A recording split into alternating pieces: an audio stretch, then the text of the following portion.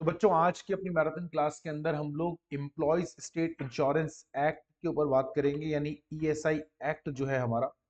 उस ESI act पे हम लोग बात करने वाले हैं। बड़ा सा एक्ट है, नहीं नहीं बड़ा सा नहीं है, छोटा सा ही एक्ट है।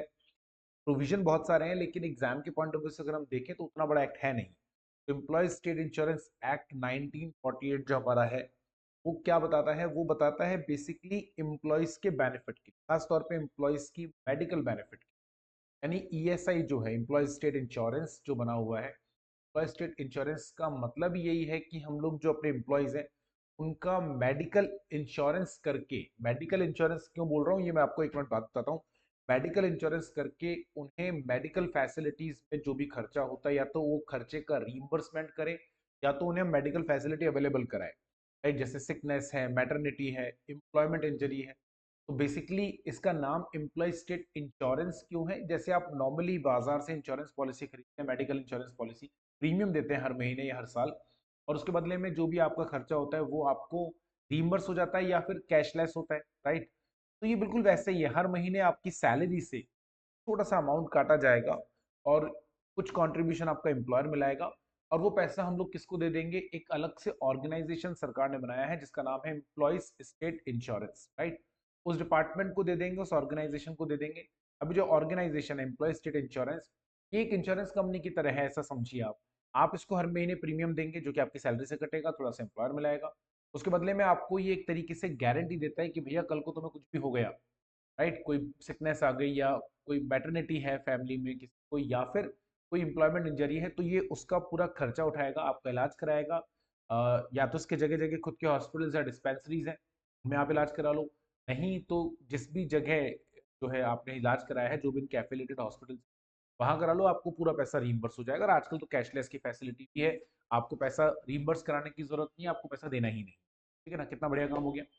तो ये एम्प्लॉय स्टेट इंश्योरेंस है। देखिए, employ state insurance, this act is to provide benefits of medical to employees in case of maternity, sickness और एम्प्लॉयमेंट इंजरी।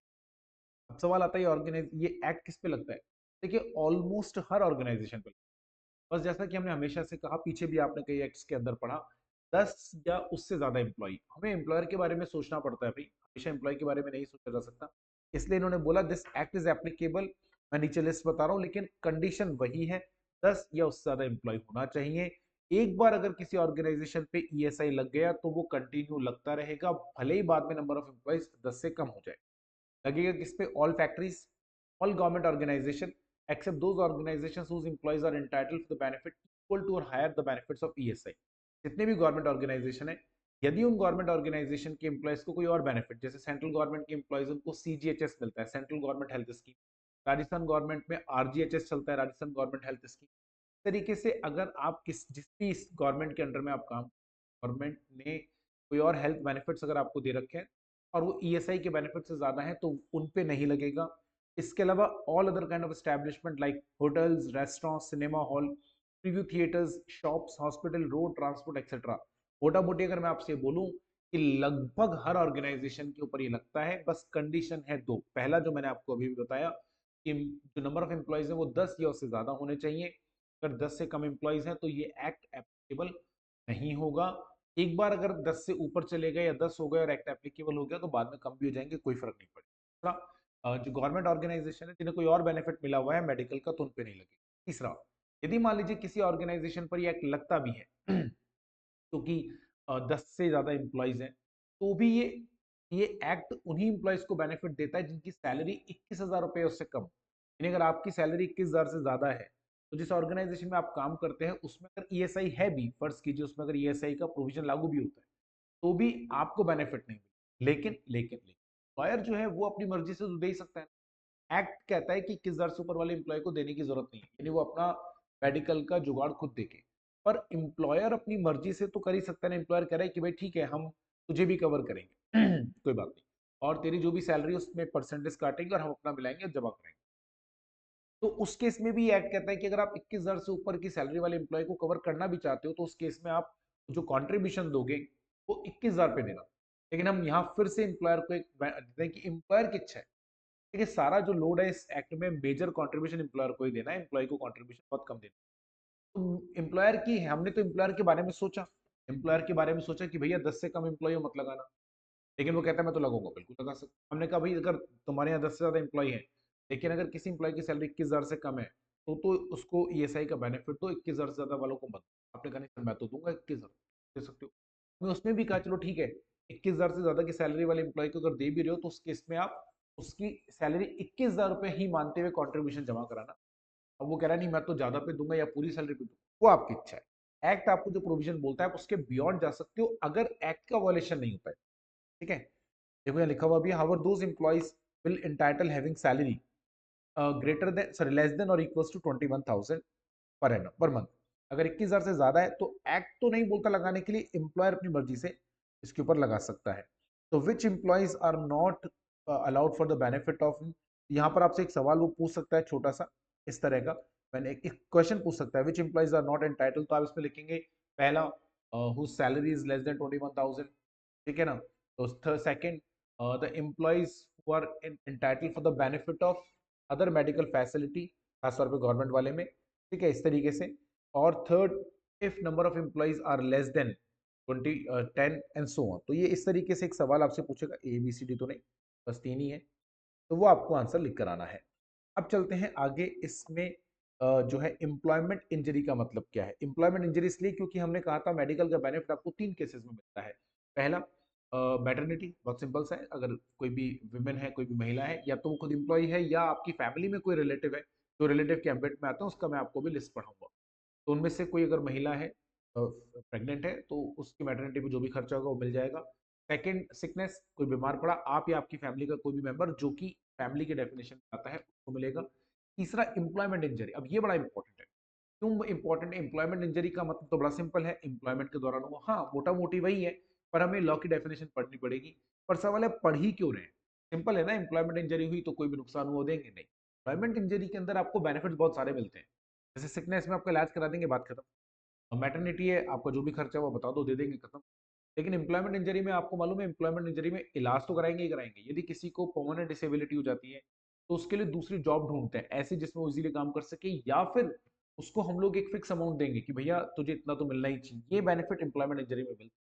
तो एम्प्लॉयमेंट इंजरी का एम्बिट तो पता हो, तो एम्प्लॉयमेंट इंजरी का मतलब क्या, पर्सनल इंजरी। पर्सनल इंजरी मतलब बॉडी में कहीं भी इंजरी हुई, internal external, which is cause due to the accident और due to the occupational disease. Accident मतलब कोई दुर्घटना घटी काम के दौरान, ये मैं बोलूंगा, देखो लिखा हुआ ड्यूरिंग एम्प्लॉयमेंट। रेड पेन से जो लिखा है उसको भी आप मत पढ़िएगा, वो भी नहीं पढ़ना। अगर कोई भी पर्सनल इंजरी हुई, पर्सनल इंजरी मतलब बॉडी इंजरी, इंटरनल हो या एक्सटर्नल हो, उससे कोई लेना देना नहीं, जो कि आपको काम के दौरान एक्सीडेंट हो गया उसकी वजह से हुई, या ऑक्यूपेशनल डिजीज। ऑक्यूपेशनल डिजीज का मतलब क्या होता है? ऑक्यूपेशनल डिजीज का मतलब होता है वो बीमारियां जो काम करने के दौरान होती हैं, माइंस में जो लोग काम करते हैं, धुआं जहां ज्यादा होता है वहां काम करते हैं, इस तरह की अगर कोई भी होती है तो उसको बोलते हैं ऑक्यूपेशनल डिजीज। तो काम करने की वजह से कोई आपको बीमारी लग गई, या फिर काम करने के दौरान एक्सीडेंट हुआ। अब ये जो एक्सीडेंट हुआ या डिजीज हुई, ये चाहे इंडिया में हो या इंडिया के बाहर, उससे फर्क नहीं पड़ता, लेकिन ये तो बड़ी अजीब बात हो गई। अरे ऑर्गेनाइजेशन जब इंडिया में है तो इंडिया के बाहर, आप ऑर्गेनाइजेशन के काम से इंडिया से बाहर गए, कोई फैक्ट्री वहां पर है कोई विजिट पे भेजा, और उस दौरान आपसे कोई घटना हो गई आपके साथ, तो भी इस कैटेगरी में आएगी। यानी आपको जो इंजरी हो रही है वो हो कहाँ रही है, ये मुद्दा नहीं है। मुद्दा ये है, मुद्दा ये है, there should be a nexus, there should be a nexus. Nexus का मतलब connection, there should be a nexus between employment and injury. यानी हम लोग सिर्फ उसी इंजरी के बारे में यहाँ बात करेंगे जो इंजरी आपको एम्प्लॉयमेंट की वजह से हुई, काम करने के दौरान। अब वो काम जो कर रहे हो आप वो इंडिया में कर रहे हो, इंडिया से बाहर, उससे मतलब नहीं है, लेकिन होना उस ऑर्गेनाइजेशन से रिलेटेड, जैसे बोला ना अभी आप फैक्ट्री है इंडिया से बाहर वहां गए, तरह का। तो ये बहुत जरूरी है, there should be a nexus between the employment and injury. तो एम्प्लॉयमेंट इंजरी का मतलब ये है, ये अगर प्रूव हो जाता है तो बिल्कुल आपको बेनिफिट मिलेगा। अब आता है बड़ा मुद्दा, एम्प्लॉय कौन है। जैसा कि हम हर एक में कहते हैं, अभी भी हमने बोला कि अगर आप जिस ऑर्गेनाइजेशन में ईएसआई एक लगता है उसमें अगर आप एम्प्लॉय हैं तो आपको बेनिफिट मिलेगा बिल्कुल, बस आपकी सैलरी 21,000 से कम हो, और जो नंबर ऑफ एम्प्लॉयज है वो 10 से ज्यादा, 10 या 10 से ज्यादा। अब सवाल है एम्प्लॉय में हम किसको काउंट करते हैं, काफी हद तक पीछे से आप पढ़ते हुए आ रहे हैं, सर है। मैं आपको बहुत शॉर्ट में बताऊं, ये तो अभी हम पढ़ ही लेंगे, लेकिन अब बिल्कुल सिंपल सा है। यदि आपका एम्प्लॉयमेंट, आपको नौकरी पर एम्प्लॉयर ने रखा या इमीडिएट एम्प्लॉयर ने रखा, इमीडिएट एम्प्लॉयर का मतलब होता है जैसे कई बार हम फैक्ट्री का इंचार्ज किसी और व्यक्ति को बना देते हैं, है ना। तो फैक्ट्री का इंचार्ज अगर कोई व्यक्ति है तो उसके पास तो पूरी अथॉरिटी है ना यार, फैक्ट्री का इंचार्ज है वो, कोई फर्क थोड़ी ना।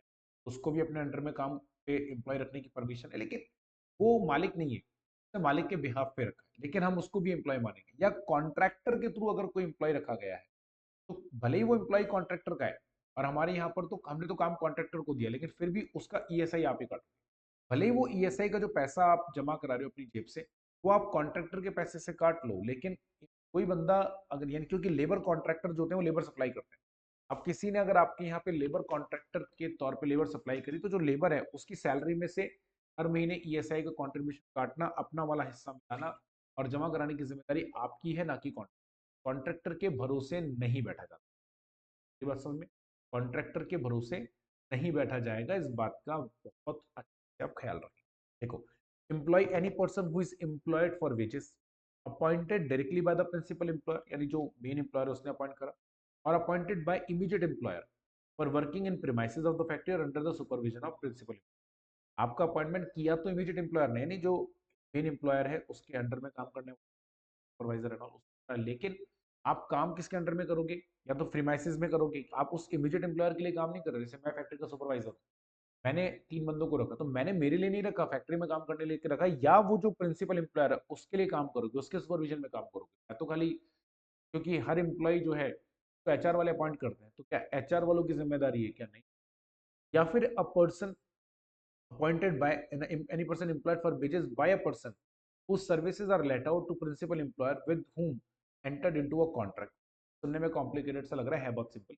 ऐसा कोई व्यक्ति जिसको हम, जिसका जो हमारा एम्प्लॉय तो नहीं है, वो उस बंदे के साथ एग्रीमेंट में, जिस बंदे को प्रिंसिपल एम्प्लॉयर ने हायर किया है कि भैया तू मेरे लिए वर्कर ला कर दे, यानी वो जो बंदा है जिसकी सर्विसेज आप ले रहे हो, उसने अपनी सर्विसेज किसी और बंदे को दे रखी है, और वो बंदा को हमने अपॉइंट करा है लेबर देने के लिए। तो आज कोई लेबर कॉन्ट्रैक्टर है, उसने अपने अंडर में 100 लोग रखे हुए हैं, उससे कॉन्ट्रैक्ट करा हुआ उसने कि तुम्हारी सर्विसेज मैं लूंगा मतलब मैं यूज करूं। जैसे आपने देखा होगा ज्यादातर जगह गार्ड, सिक्योरिटी गार्ड्स वगैरह होते हैं, वो किसी ना किसी सिक्योरिटी एजेंसी के होते हैं, करेक्ट, ना किसी सिक्योरिटी एजेंसी को। तो उन्होंने अपनी सर्विसेज किसको दी है?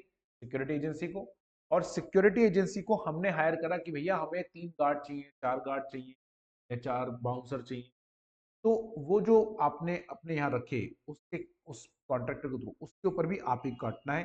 लेकिन एक बात का याद रखिएगा, ये सब तभी है जब वो बंदा जो भी है, चाहे आपने अपॉइंट करा हो, यानी प्रिंसिपल एम्प्लॉयर ने खुद ने अपॉइंट करा हो, या उसके एजेंट एम्प्लॉयर ने अपॉइंट करा हो, या कॉन्ट्रैक्टर ने, वो बंदा फॉर वर्क ऑफ फैक्ट्री और एस्टैब्लिशमेंट और वर्क इंसिडेंटल और connected with the work of factory, whether inside the premises or outside the premises the factory or outside the factory, inside the premises the factory। यानी काम वो, अगर मान लीजिए आपने किसी बंदे, जैसे फॉर एग्जांपल अगर आज मैंने मैं कंपनी, मेरी मैं मालिक हूँ ना, मेरा मेरा बिजनेस है, अब मैंने किसी कॉन्ट्रैक्टर को अपॉइंट करा, मैंने कहा भैया 4 गार्ड दे देना मेरे घर पे, 4 मेरे घर पे गार्ड काम कर रहे हैं, उनकी सैलरी ऑफिस से ही जानी है, बिजनेस में से। तो वो फिर वो वर्कर नहीं माने जाएंगे बिजनेस। वर्कर क्यों नहीं माने जाएंगे बिजनेस के? तो बिजनेस के वर्कर है ही नहीं। क्यों नहीं है बिजनेस के वर्कर? क्योंकि वो तो फैक्ट्री का काम नहीं कर रहे ना, ऑफिस का काम नहीं कर रहे। अच्छा, वर्कर में कौन कौन लोग इंक्लूड एंड एक्सक्लूड होंगे? देखो, वैसे तो सारे ही लोग आते हैं। इट ऑल्सो इंक्लूड्स, इंक्लूजन में क्या है? A person employed for wages for any administrative work of the factory establishment और इन डिपार्टमेंट ब्रांच। कोई फर्क नहीं पड़ता, बहुत सिंपल। कोई भी व्यक्ति अगर फैक्ट्री में काम करे ऐसा जरूरी नहीं है, एडमिनिस्ट्रेशन का काम करेगा वो भी शामिल होगा, फैक्ट्री के एडमिनिस्ट्रेशन का काम करेगा वो भी शामिल होगा, कोई ब्रांच सेगमेंट, सब जगह कहीं भी काम करता हो, कोई चिंता नहीं, कोई दिक्कत नहीं, आराम से शामिल कीजिए। बस आपको उन एम्प्लॉय को शामिल नहीं करना जिनकी सैलरी 21,000। ये हम आपको एक ऑप्शन दे रहे हैं, अगर आप एम्प्लॉयर कहता नहीं मैं तो शामिल करूँ, तो हमने तो एक्ट में आपको रिलैक्सेशन दिया था, आप नहीं लेना चाहते रिलैक्सेशन, आपकी इच्छा।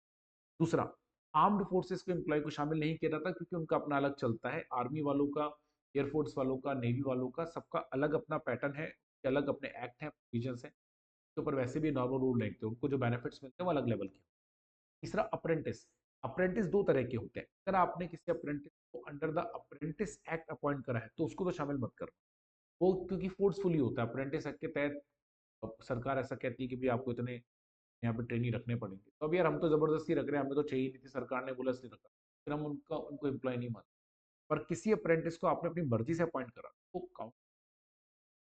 कुछ केस लॉज हैं, हम सीधा केस लॉ के जो अल्टीमेट कंक्लूजन उस पर जाएंगे, आपको केस लॉ का नाम याद रखने की जरूरत नहीं है। किसी सिनेमा हॉल में जो कैंटीन या पार्किंग, जनरली उसमें जो सर्विसेज है वो कॉन्ट्रैक्टर प्रोवाइड कराता है ना। यानी हमने कोई कॉन्ट्रैक्टर को बोला कि भैया आप पार्किंग में, वो अपने आप अपने बंदे रखेगा और हर महीने हमें एक फिक्स अमाउंट दे देगा। वो जो कैंटीन या पार्किंग है उसके एम्प्लॉयज भी हमारे एम्प्लॉय माने जाए। और समझाया था ना, यदि कॉन्ट्रैक्टर के थ्रू एम्प्लॉय आए, भले ही अब पार्किंग है, पार्किंग तो हमने ठेके पे दे दी किसी कॉन्ट्रैक्टर को, भैया तू 4 बंदे यहाँ लगा, तो 4 बंदे लगा रखे हैं, चारों की सैलरी वो दे रहा है कॉन्ट्रैक्टर, हम तो कॉन्ट्रैक्टर को पैसा देते हैं, कॉन्ट्रैक्टर उनको सैलरी देता है। तो भी उन एम्प्लॉयज की सैलरी में हर महीने एसआई का अमाउंट कटेगा, हम कंट्रीब्यूट करेंगे जमा। काम वैसे कॉन्ट्रैक्टर का, लेकिन करेंगे हम, और जितना हमने कंट्रीब्यूशन दिया उतना हम लोग कॉन्ट्रैक्टर के पैसे में से की बात, कोई एम्प्लॉय तो इसी तरीके से फंक्शंस और working of employ, what is the nature of function is performing. देखिए ऑर्गेनाइजेशन में हर व्यक्ति, जो हमने ऊपर बोला कि एम्प्लॉयर ने, प्रिंसिपल एम्प्लॉयर ने अपॉइंट या इमीडिएट एम्प्लॉयर ने अपॉइंट करा हो या कॉन्ट्रैक्टर ने, क्या काम करता है वो बंदा, इससे मतलब ऑर्गेनाइजेशन को, वो चाहे गार्ड हो चाहे एमडी। यदि सैलरी 21,000 से कम है तो कंपनी को उसका ईएसआई में कवर करना, 21,000 से ज्यादा है तो कवर करने की जरूरत नहीं है, अमाउंट नहीं हो, वॉलेंटरली आप कवर कर सकते हो।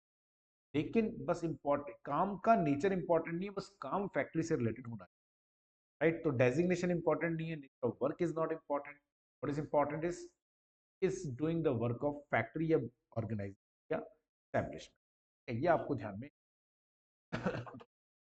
उसके बाद में हमारे पास एक डेफिनेशन आती है प्रिंसिपल एम्प्लॉयर। गली प्रिंसिपल एम्प्लॉयर का मतलब होता है जो भी ऑर्गेनाइजेशन का मालिक है, जो भी ओनर है। अगर मैं फैक्ट्री की बात करूं तो जो भी ओनर है, या फैक्ट्री का ऑक्यूपायर है, फैक्ट्रीज एक्ट में हमने ओनर एंड ऑक्यूपायर की डेफिनेशन पढ़ी थी। और या फिर कोई भी person who is managing agent of manager और लीगल रिप्रेजेंटेटिव, कोई भी हो सकता है, ओनर भी हो सकता है, ऑक्यूपायर हो सकता है, representative. In case of establishment of central or state government, person appointed to manage affairs of such establishment or whom factory is given, authority is given। यदि सेंट्रल या स्टेट गवर्नमेंट का कोई ऑर्गेनाइजेशन है तो central government ने जिस व्यक्ति को वहां का इंचार्ज बना रखा है वो, कोई और अगर एस्टेब्लिशमेंट है तो जो भी व्यक्ति उस ऑर्गेनाइजेशन का सुपरविजन करता है, उस व्यक्ति को हम लोग प्रिंसिपल एम्प्लॉयर मानेंगे। कहने का मतलब ये जी कि मालिक या मालिक को जिसने अपॉइंट, मालिक या मालिक ने जिसको अपॉइंट कर रखा है, या फिर किसी को हमने सुपरवाइजर बना रखा है। इमीडिएट एम्प्लॉयर का मतलब any person who has undertaken execution on the premises of the or premises of a factory, the whole part of work which is ordinarily part of the work of the factory or which is included for the purpose of such, sorry, which is incidental for the purpose of the factory and includes a person who provides labor services to the factory or establishment including a contractor। बहुत simple सा है, कोई भी व्यक्ति जिसको, ध्यान से सुनिएगा, अब आप मेरे से एक सवाल पूछेंगे इसको समझने के बाद में कि सर ये तो प्रिंसिपल एम्प्लॉयर में आ गया, कौन सा, यहाँ पर आपने लिखा ना मैनेजिंग एजेंट और मैनेज, या जिसके ऊपर सुपरविजन की जिम्मेदारी है। इमीडिएट एम्प्लॉयर का मतलब जो व्यक्ति आपकी फैक्ट्री में काम को एग्जीक्यूट करता है, यहाँ तो वो तो एक तरीके से एम्प्लॉयर के द्वारा या प्रिंसिपल एम्प्लॉयर के द्वारा अपॉइंटेड पर्सन ही हो गया। यहाँ पे हमने क्या बोला, एग्जीक्यूट करता है, एग्जीक्यूट, एग्जीक्यूट करने का वो उसको परफॉर्म करता है, उसको परफॉर्म करता है। एग्जीक्यूशन का मतलब he is performing that function. तो यदि वो रिस्पॉन्सिबिलिटीज को परफॉर्म कर रहा है, रिस्पॉन्सिबिलिटीज को अगर वो परफॉर्म करता है, का ध्यान समझिएगा, तो वो जो पर्सन है, जो जो सुपरविजन कर रहा है, परफॉर्म खुद नहीं कर रहा, उसका काम है करवाना काम। फैक्ट्री इंचार्ज है, फैक्ट्री मैनेजर है, वो एक होता है जो एग्जीक्यूशन कर रहा है, जैसे सुपरवाइजर है, सुपरवाइजर भी नहीं बोलना चाहिए, मतलब वो बेसिकली वर्कर्स के साथ काम कर रहा है बट हेड ऑफ द, उसको बोलते हैं इमीडिएट एम्प्लॉयर, राइट। तो जिसके ऊपर पूरी फैक्ट्री या ऑर्गेनाइजेशन को संभालने की जिम्मेदारी, डिसीजन मेकिंग लेने की पावर है, तो वो, और जिस वो तो प्रिंसिपल एम्प्लॉयर ही कहलाता है। और अगर इमीडिएट एम्प्लॉयर किसको बोलेंगे, जिसके पास डिसीजन लेने की पावर तो नहीं बट एग्जीक्यूशन की पावर है, एग्जीक्यूशन से रिलेटेड डिसीजन ले सकता है, राइट, वो कहलाता है इमीडिएट एम्प्लॉयर। अब आता है इसके बाद में बहुत इंपॉर्टेंट डेफिनेशन, वेजेस। वेजेस क्यों इंपॉर्टेंट है, वेजेस इसलिए इंपॉर्टेंट है क्योंकि जो आपका ईएसआई का कंट्रीब्यूशन वेजेस के ऊपर जाएगा ना, तो वेजेस का जो टर्म है वो बहुत इंपॉर्टेंट है। वेजेस का मतलब क्या होता है तो हम लोग देखते हैं फटाफट से। रेम्यूनरेशन पेड और payable in case including online payment, bank cash transfer, कैसा भी, बस काइंड में नहीं होना चाहिए। कैश का मतलब हार्ड कैश नहीं होता, कैश का मतलब बैंक अकाउंट में ट्रांसफर करो, वो भी है। तो रेम्यूनरेशन पेड और payable in cash including online payment और बैंक ट्रांसफर और online to any employee according to the terms of employment which expressed or implied if fulfilled। यदि किसी भी, वेजेस का मतलब जो भी पैसा आप अपने वर्कर को दे रहे हो कैश में, कैश मतलब not only cash, online transfer करा, बैंक में ट्रांसफर करा, चेक दिया, वो सब इसी में आता है। तो जो भी रेम्यूनरेशन पेड या पेबल टू एम्प्लॉय है according to the terms of employment. Terms of employment का मतलब जो भी आपकी टर्म्स ऑफ अपॉइंटमेंट थी वो वेदर एक्सप्रेस्ड और implied. Terms of employment expressed और इम्प्लाइड उससे कोई फर्क नहीं पड़ता उनको, यानी टर्म्स ऑफ एम्प्लॉयमेंट को फुलफिल करने के बदले में जो आपको पैसा मिलेगा, टर्म्स ऑफ एम्प्लॉयमेंट को फुलफिल करने के बदले में जो आपको पैसा मिलेगा, उस पैसे को क्या कहा जाता है? वेजेस। ऑर्गेनाइजेशन में आप काम, ऑर्गेनाइजेशन में आपके अपॉइंटमेंट के या टर्म्स ऑफ एम्प्लॉयमेंट को फुलफिल करने के बदले में जो पैसा आपको मिलता है, जो पैसा आपको दिया कैश में, नॉट इन काइंड, तो बोलेंगे रेम्यूनरेशन। इंक्लूजन क्या है? Money paid for authorised leave, आपकी छुट्टी के बदले में पैसा मिला, वो वेजेस का ही पार्ट होता है। छुट्टी अगर ऑथराइज लीव यानी जो मेरे को साल में मिलती है, हर ऑर्गेनाइजेशन एम्प्लॉइज को कुछ जाती है 10, 5, 15 साल की, वो लीव्स आप ले सकते हो, उसका पैसा नहीं करता, तो उनके लिए जो पैसा मिला वो वेजेस का हिस्सा है। Money paid for lockdown lockout, अगर फैक्ट्री में लॉकडाउन था, मेरी गलती थोड़ी ना है, लॉकडाउन तो था, और उस लॉकडाउन के बदले में, लॉकआउट के बदले में मैं काम नहीं कर पाया, लेकिन पैसे तो दूंगे ना यार, मैं तो आना चाहता था, आपने ही बंद कर रखी थी factory. Money paid for any period in which wages was legally was not present, day off but ill not illegal, right. ई की जगह मैं एम्प्लॉय लिख देता हूँ, विच एम्प्लॉय। कई बार ऐसा होता है कि ऑर्गेनाइजेशन में मैं तो आना चाहता हूँ, लेकिन ऑर्गेनाइजेशन में कई बार ऐसा होता है ना, ले ऑफ हो जाता है, जैसे कोरोना के टाइम पर हुआ था। लीगल थोड़ी ना यार, कोविड के टाइम पे गवर्नमेंट ने बोला आप नहीं जाओगे, मैं क्या करूँ, तो उसमें आपकी गलती नहीं है।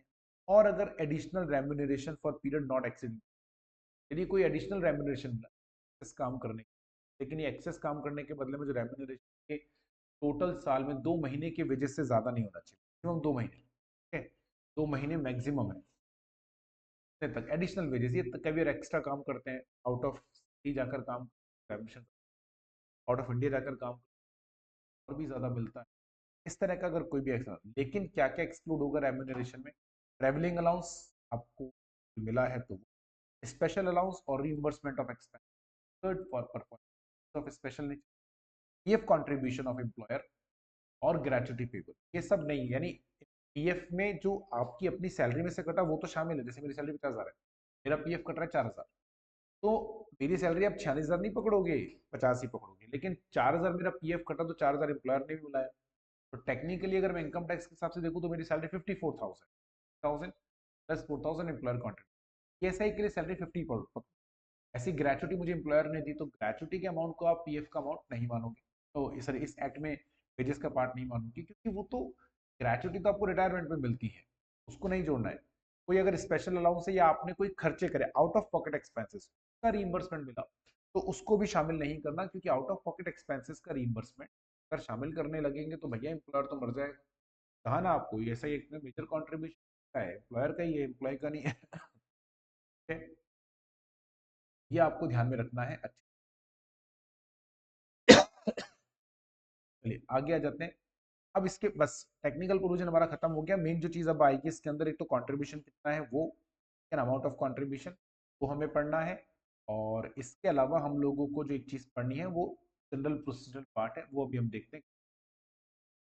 कंट्रीब्यूशन वगैरह के बारे में तो हम पढ़ेंगे, बट उससे पहले एम्प्लॉय स्टेट इंश्योरेंस कॉर्पोरेशन, जो मैंने कहा था ना कि एक ऑर्गेनाइजेशन के पास पैसा करता है, सारा सारा वही वाला है। The central government is empowered under Section 3 to constitute ESIC to administer ESI scheme as per the ESI Act. तो एम्प्लॉय स्टेट इंश्योरेंस कॉर्पोरेशन जो है यही वो ऑर्गेनाइजेशन है, और भारत में जितनी भी ऑर्गेनाइजेशन पर ESI एक्ट लगता है और जो एम्प्लॉइज के कंट्रीब्यूशन काट के अपना कंट्रीब्यूशन करते हैं, तब ESIC के पास जाता है। ESI जो है या बिल्कुल कंपनी वाले फीचर है, जो है बॉडी कॉर्पोरेट रहेगा, परपेचुअल सक्सेशन है, कॉमन सील, चेल्सी एंड बी सूट, राइट। इसमें एक तो चेयरपर्सन होगा, एक वाइस चेयरपर्सन होगा और अदर मेंबर्स होंगे, सबको कौन लेकर आएगा? सेंट्रल गवर्नमेंट अपॉइंट करेगी। इसके अलावा 3 मेंबर्स ऑफ द पार्लियामेंट, जो एमपीज वगैरह होते हैं, डायरेक्टर जनरल ऑफ कॉर्पोरेशन और it's x official governing body के पार्ट रहेंगे, director general of corporation. Powers क्या है ईएसआईसी के पास में? देखिए बहुत सिंपल सा है। Under section 19 ESIC is empowered to promote measures for improvement of the health and welfare of insured persons and rehabilitation and reemployment of insured persons who have been disabled or injured। मैंने शुरू में आपको समझाया था कि mainly इसका काम है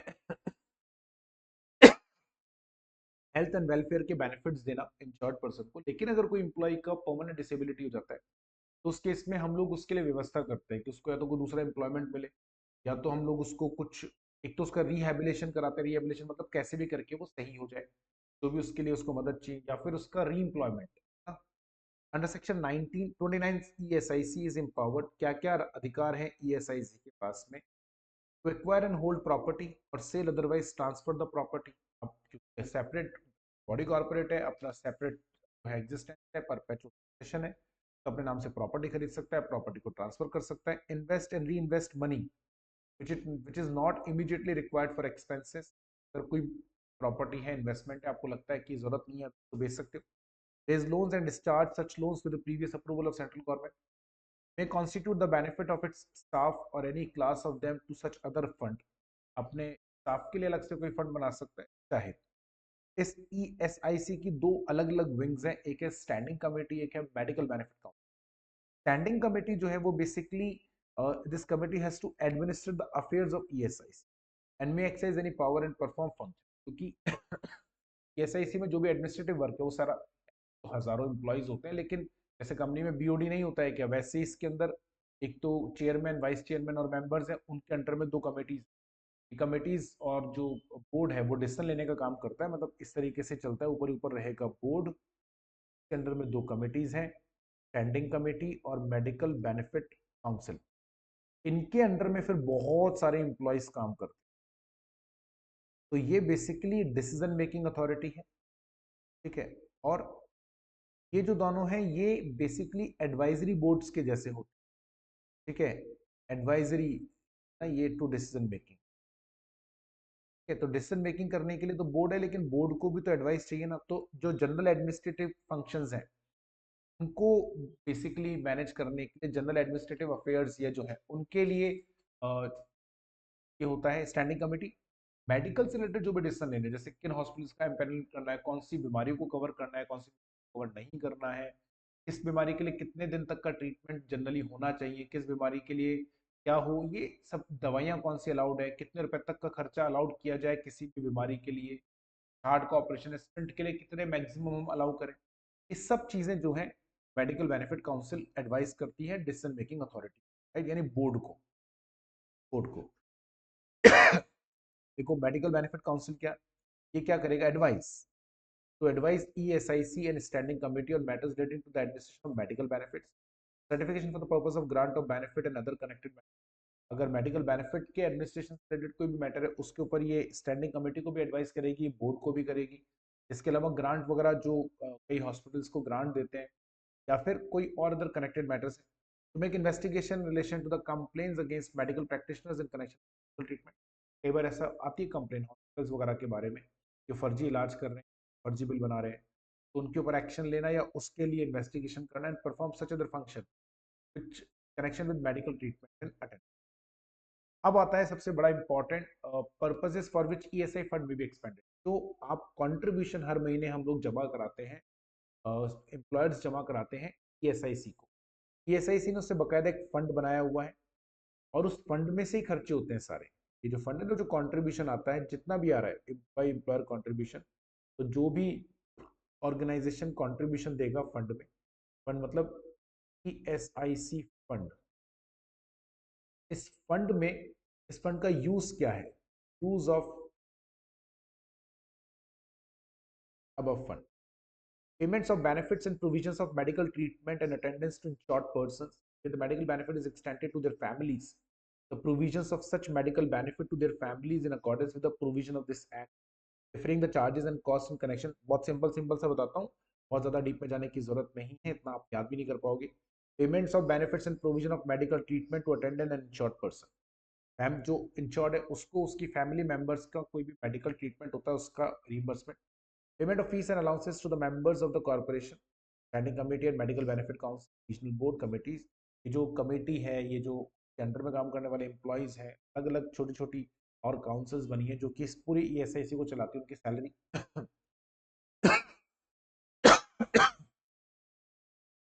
payment of salaries, leave and joining time allowances, traveling and compensatory allowances, gratuities, compensation benefit, pensions, contribution to PF and other benefits officer servant corporation, कहने का मतलब आपके ईएसआईसी में काम करने वाले जितने भी कर्मचारी, उनकी सैलरी, वेजेस, उनका पीएफ का कंट्रीब्यूशन, उनका उनका खुद का ईएसआई का कंट्रीब्यूशन, पेंशन फंड का कंट्रीब्यूशन, ग्रेचुटी का, वो तो देना पड़ेगा ना,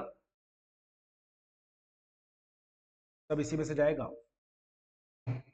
payment of contribution to any state government, local authorities, private bodies और individual toward the cost of medical treatment. जो इंश्योर्ड है उसने अगर इलाज कराया है तो उसका पैसा, यहाँ पे भी कराया है, कोई स्टेट गवर्नमेंट लोकल गवर्नमेंट के हॉस्पिटल में कराया तो वहाँ, या प्राइवेट हॉस्पिटल में कराया तो उसका। Establishment and maintenance of hospitals, dispensaries and other institution, बहुत इंपॉर्टेंट है।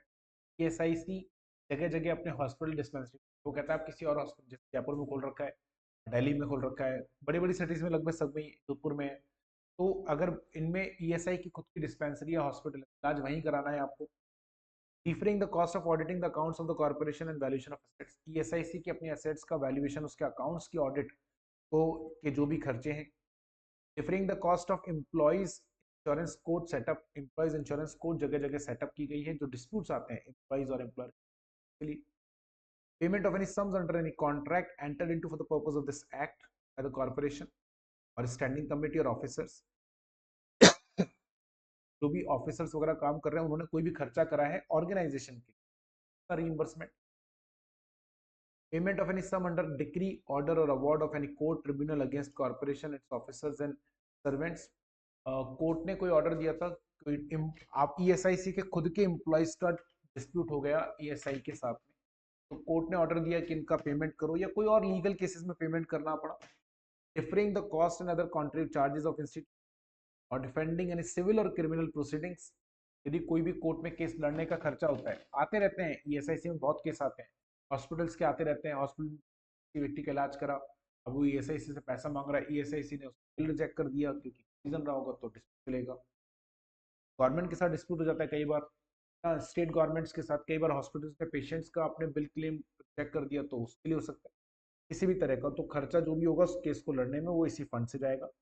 Differing expenditures within the limits prescribed on the measures the improvement of health, welfare and insured person of rehabilitation reemployment, यदि कोई व्यक्ति disable हो गया, injured हो गया severely, तो उस केस में उसका जो भी रिहेबिलिटेशन का खर्चा है, उसको दोबारा जॉब दिलवाने का खर्चा है, तो जो भी फिक्स अमाउंट देना है वो सब इसी में से जाएगा। And other purposes as may be authorise, ये आपको ध्यान रखना है, लिस्ट बहुत इंपॉर्टेंट है, एग्जाम में कॉन्ट्रीब्यूशन कितना है।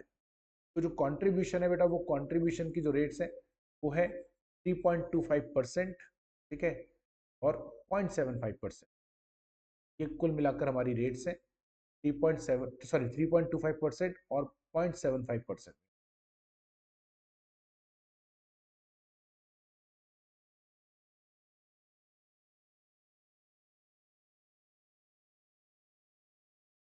ये कंट्रीब्यूशन आपको जो है जमा कराना है, इतना इतना कंट्रीब्यूशन जाएगा।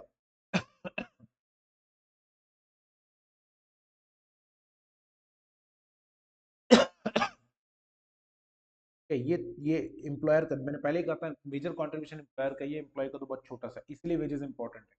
अच्छा, ये जमा कब तक कराना है? ये जमा आपको कराना है अप टू 21st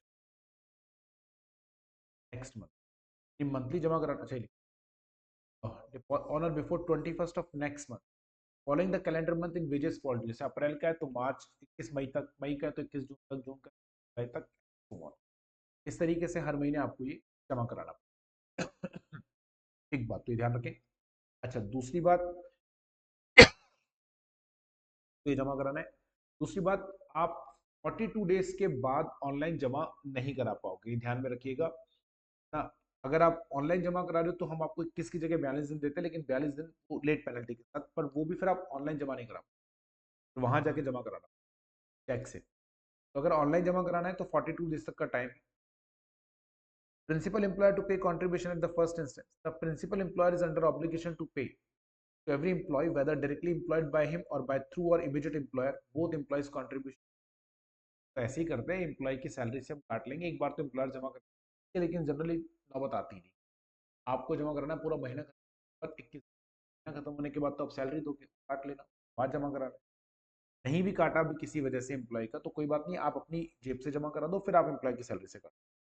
देखो लिखा हुआ भी, he can recover amount from the employee और employee contribution by deduction from his, the contribution is not paid on the due date, principal employer shall liable to pay interest at the rate of 12% or at the any higher rate as may be prescribed. उसके बाद में आता है recovery of contribution. अगर कोई भी employer contribution नहीं पे करता टाइम से, यानी आपने एम्प्लॉय की सैलरी से कंट्रीब्यूशन काट लिया और अपना वाला कंट्रीब्यूशन लाकर आपको जमा कराना था, लेकिन आप जमा नहीं कर पाए, ऐसे केस में contribution payable may be recovered as a land revenue. Land revenue का मतलब होता है सरकारी। Then the authorized officer may issue certificate to recovery officer who in turn proceed to recover the amount by one or more of the methods. अब आपने अगर पैसा जमा नहीं कराया तो बेचारे जो भी ESIC है, ऑथराइज्ड जो भी उसका ऑफिसर, वो रिकवरी ऑफिसर को बोलेगा भैया इस एम्प्लॉयर से कॉन्ट्रीब्यूशन जमा नहीं कराया, एम्प्लॉय की सैलरी काट लिया, वो और जो इसको मिलाना था वो रिकवर करो। कैसे रिकवर करेंगे?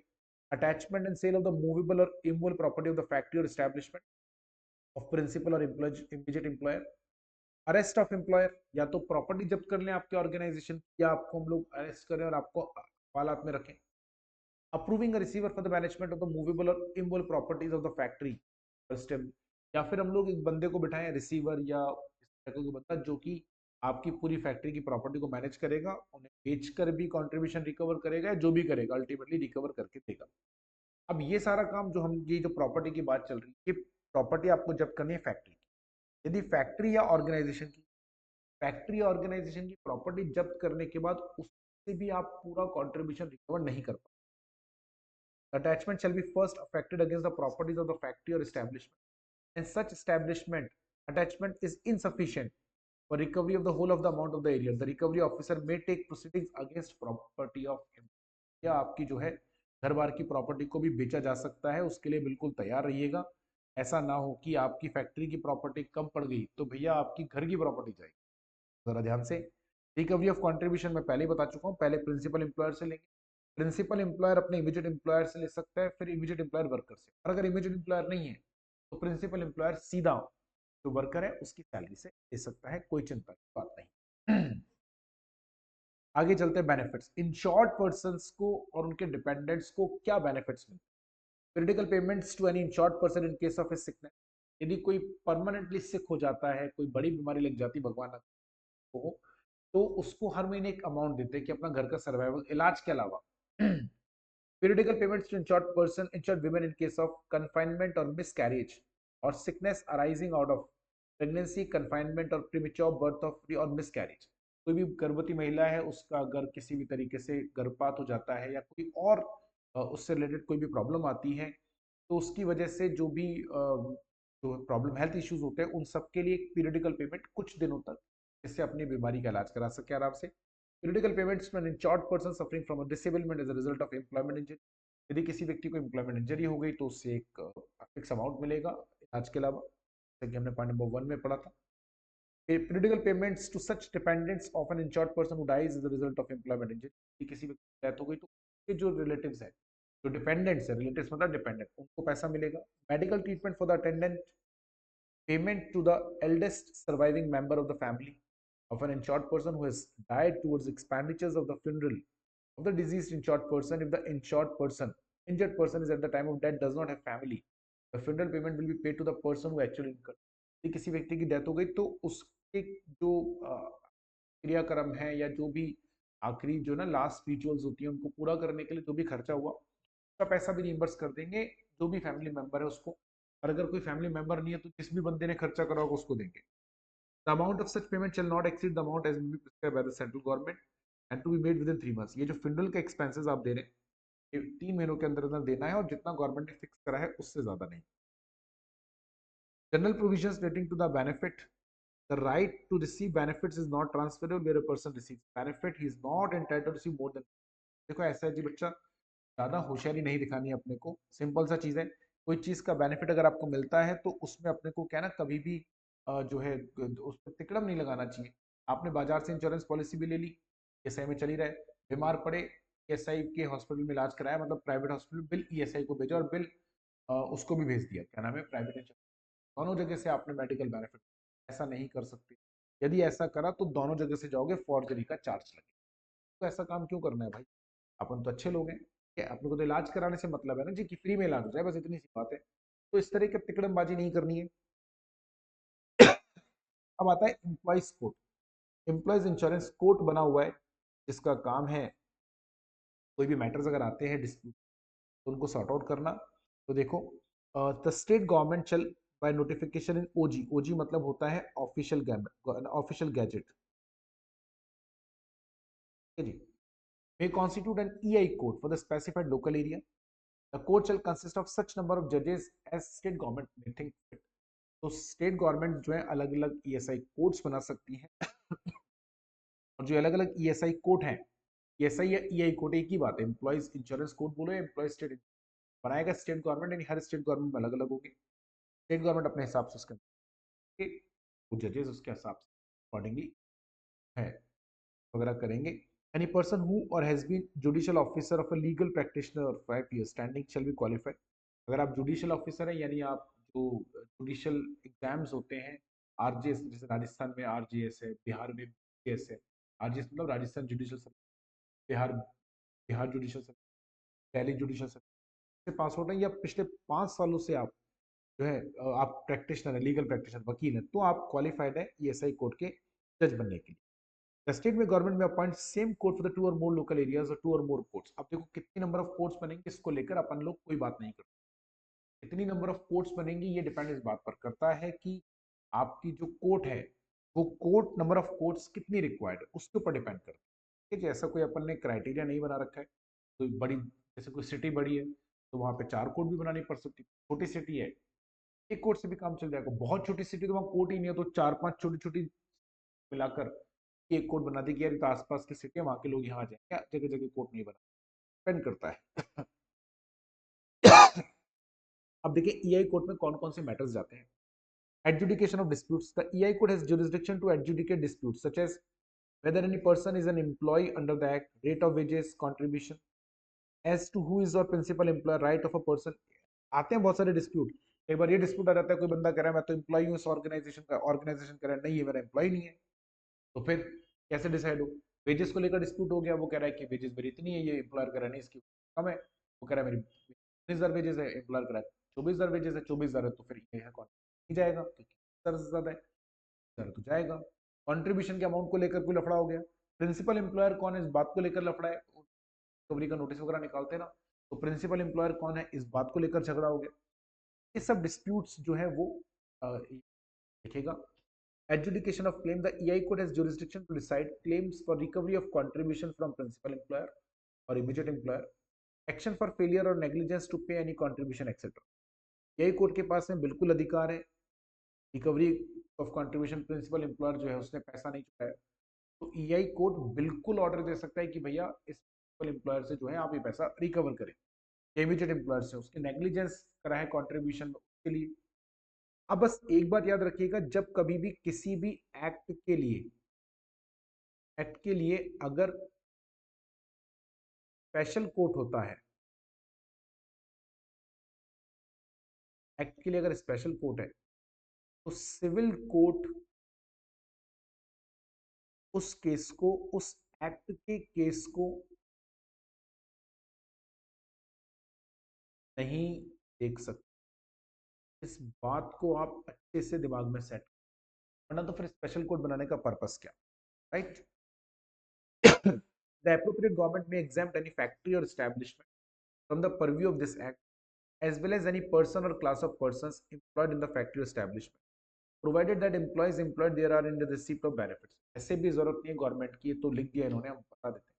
पर हमने लिखा था कि अगर आप गवर्नमेंट ऑर्गेनाइजेशन में, तो उस गवर्नमेंट ऑर्गेनाइजेशन को अलग कोई उसके ऊपर एक्ट लगता है जिसमें अदर बेनिफिट्स दिए हुए हैं, ठीक है, बात ही खत्म हो जाती है, उसके ऊपर एक्ट नहीं लगेगा। लेकिन अगर कोई प्राइवेट ऑर्गेनाइजेशन है, फर्ज कीजिए गवर्नमेंट ऑर्गेनाइजेशन है, प्राइवेट ऑर्गेनाइजेशन, तो उसको हम एग्जाम कर सकते हैं, या उसमें काम करने वाले एम्प्लॉयज को हम एग्जाम कर सकते हैं अगर उन एम्प्लॉयज को कोई दूसरे एक्ट के तहत बहुत से बेनिफिट्स मिले हुए हैं।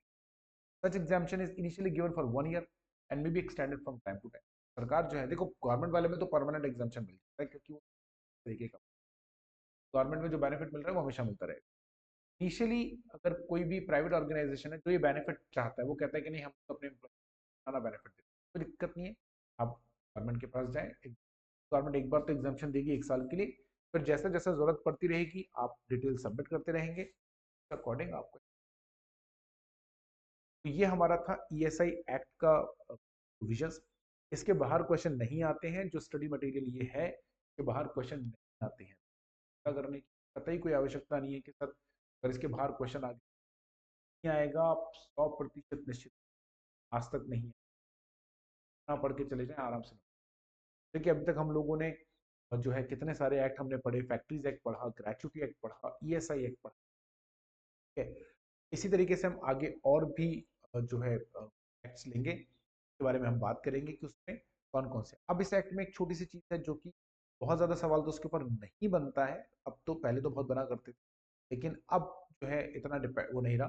डेफिनेशन है डिपेंडेंट का, डिपेंडेंट कौन होता है किसी भी व्यक्ति के केस में, following relatives of a deceased, deceased मतलब डेथ हो गई, उसको हम लोग डिपेंडेंट मानेंगे। A widow, a minor legitimate और adopted son not attain age of 25 years, unmarried legitimate और अडॉप्टेड डॉटर, व्यक्ति की वाइफ और उसकी जो माइनर लेजिटिमेट या अडॉप्टेड सन है, माइनर लेजिटिमेट अडॉप्टेड सन मतलब बच्चा है और अडॉप्टेड है या का ही है, जिसने अभी तक 25 साल की एज या फिर जिसकी एज अभी 25 साल नहीं हुई।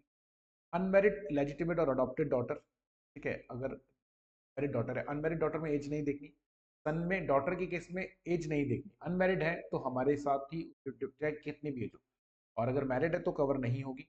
अगर मैरिड है तो विडो नहीं होनी चाहिए, मैरिड में ध्यान रखें। सन है तो 25 साल तक कवर होगा।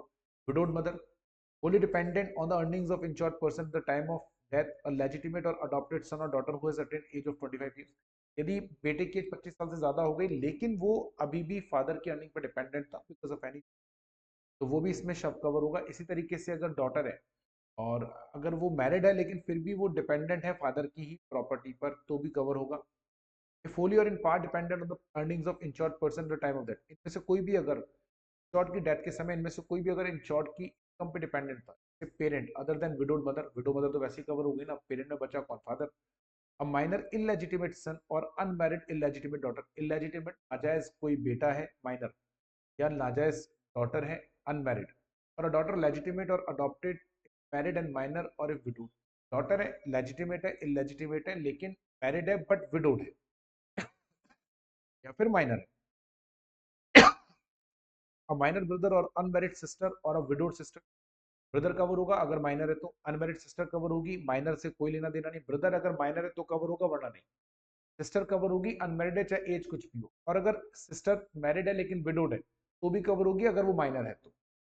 अब विडो डॉटर इन लॉ यानी बहू, widow minor child of predeceased son, अपने बेटे के बच्चे के minor child, a minor child of predeceased daughters where no parents of child is alive, और a paternal grandparent if no parent is, यदि किसी व्यक्ति जिसकी डेथ हुई है उसके खुद के माता पिता जिंदा नहीं थे लेकिन उसके माता पिता के माता पिता नहीं दादा दादी जिंदा थे और वो उस बंदे की इनकम पर डिपेंडेंट थे, तो वो भी कवर हो, ये सब लोग इस कैटेगरी में आते हैं सबको। तो ये हमारा था ईएसआई एक्ट, छोटा सा एक्ट है, फटाफट से हमने इसको कंप्लीट करा, इसके बाहर नहीं आएगा।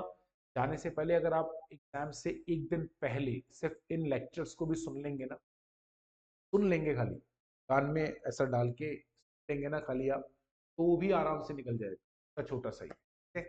तो अभी अपने नेक्स्ट चैप्टर लेंगे हम लोग ईएसआई के बाद में।